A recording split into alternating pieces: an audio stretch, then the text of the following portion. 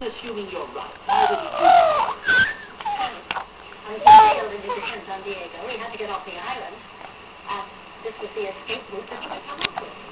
Jessica, Diego was killed early this morning. Willard was taken off the island yesterday morning. As far as we know, he's been hospitalized ever since. As far as we know.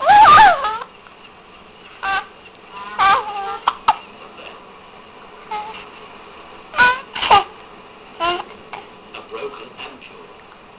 If I'm not mistaken, it contained X-ray. Henry?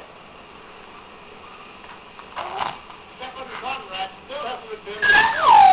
Father told me has a small round stashed away from his pocket. He uses it sometimes for fishing. Better take a look. Oh, really? Oh, it could be. Go back to the house, look after Mother.